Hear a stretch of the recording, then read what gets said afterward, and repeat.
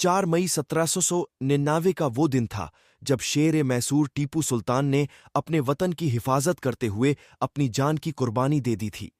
अगर टीपू सुल्तान भी चाहते तो निजाम और बाकी रजवाद्धों की तरह अंग्रेजों से संधि कर उनकी तमाम शर्तों और गुलामी को कबूल करके अपनी रियासत बचा सकते थे, लेकिन उन्होंने इस गुलामी से बेहतर शहादत को तरजीह दी।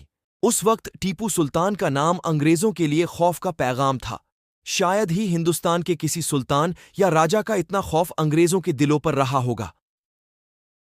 टीपू सुल्तान ने उस वक्त अंग्रेजों की नींद हराम कर दी थी, जिस वक्त के हिंदुस्तान के ज्यादातर नवाब व राजे रजवाड़े अपनी हुकूमत और वजूद बचाने के लिए अंग्रेजों की चौखट पर नाक रगड़ रहे थे।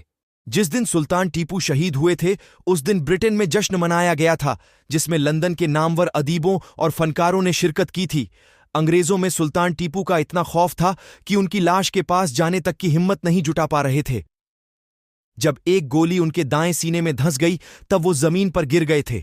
जब अंग्रेजों को किसी ने यकीन दिलाया कि टीपू मारे गए, तब एक सिपाही ने उनकी म्यान में जरा रत्न निकालने की कोशिश की, तो टीपू सुल्तान ने अपने आखिरी वक्त में उसका हाथ अपनी तलवार से जख्मी कर दिया था। इसी तरह एक फौजी ने उन्हें तलवार से मारना चाहा, तो मौत के दहाने पर खड़ीहे टीपू सुल्तान ने उस फौजी के सर में अपनी तलवार से इतना जबरदस्त वार किया कि वह फौजी वहीं ढेर हो गया।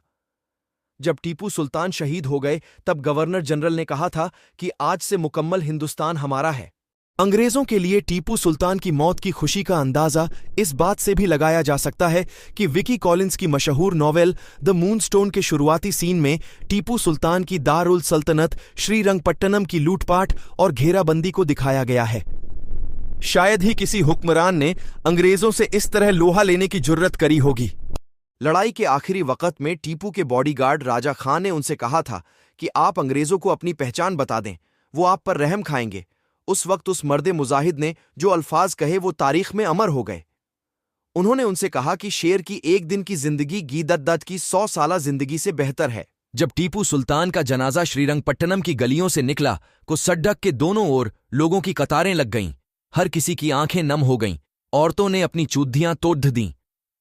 लोग जमीन पर लेटकर अपने सुल्तान की मौत का मातम कर रहे थे।